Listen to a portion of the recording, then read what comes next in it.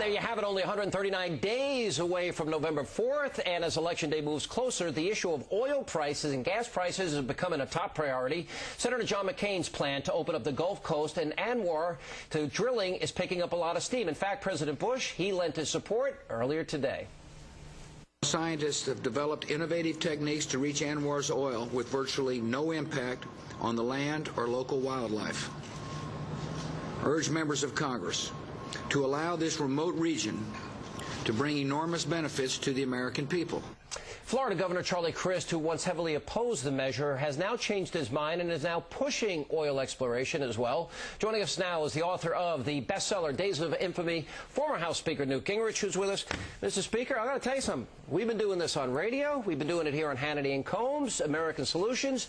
Your bumper sticker, drill here, drill now, save money. Did you hit $1 million yet? We're at 930,000 this evening. Americans who've signed up at AmericanSolutions.com for drill here, drill now, pay less, and I think we'll hit $1 million either tomorrow or the day after. And you, of course, have been a very key part of this on both radio and television. The Republican Party needs to embrace this. Everybody I talk to, they're mad at paying $4 a gallon. I got to tell you, I felt a sense of accomplishment today when the president gave his speech, because everything that he said about drilling and about dependency and about how we need to do it for economic reasons, how people are suffering, how much oil we have that the American people don't know. I've been saying a lot of this stuff for years. You've been saying it, and I'm glad that Washington's finally getting the message. Well, you know, Lynn Westmoreland, the congressman from Georgia, has shown real leadership in the House and now has some Democrats who are signing his petition, which is exactly like ours. And as a result of all this momentum, we've just done a brand new commercial that we're releasing and that I think you have here tonight as a starting point. Let me stop everybody. We have the commercial. Let's roll tape. It takes so much money to fill up your tank, but Congress has made it impossible to lower gas prices. Well, America has huge energy reserves right here at home, but Congress won't allow drilling for more oil in America. So we keep paying more and more to foreign countries. That's just plain dumb. We can do more with our domestic resources, and we can do it safely as part of an overall energy plan for America. Mr. Speaker, I want you to put emphasis and explain this to the American people. It's a long setup, but I want you to explain it.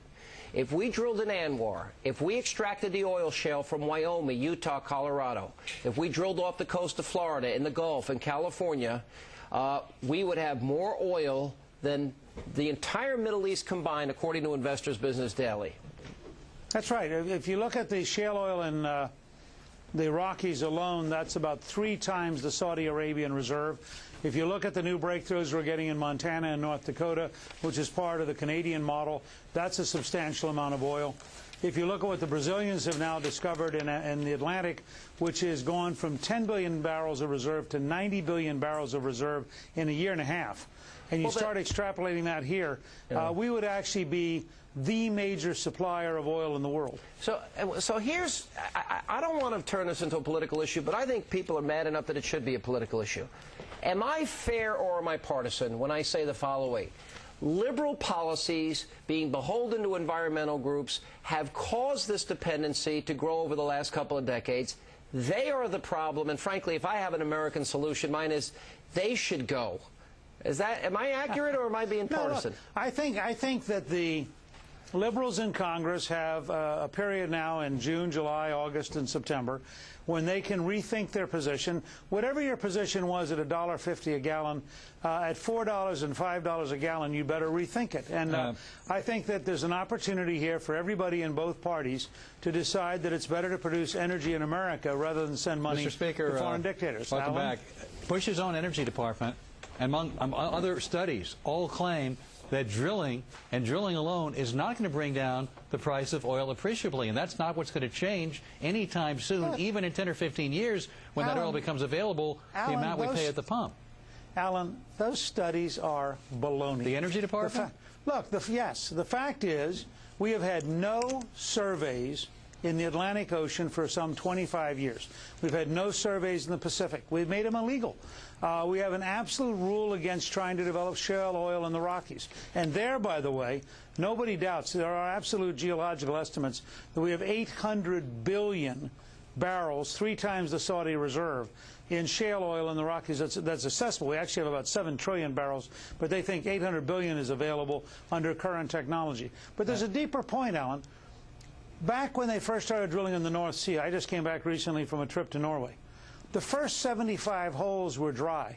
The 76th hole opened one of the largest oil and gas reserves in the world. Now, the fact is, until you start looking, you don't know.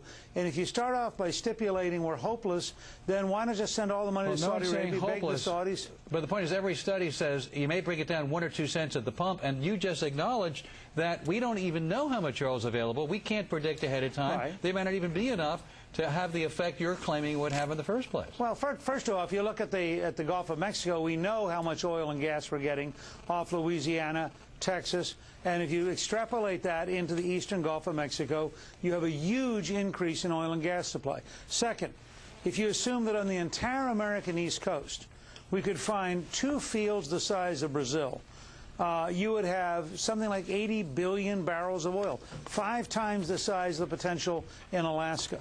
So I just want to suggest to you, Alan, I'm always amazed when liberals tell us with great confidence, having no knowledge, that they are confident we'll find nothing, and therefore we shouldn't even try. That's the opposite of the American system. The issue is how much and what would it do to the pump. We'll bring it up. We'll pick it up right there in just a moment with Newt.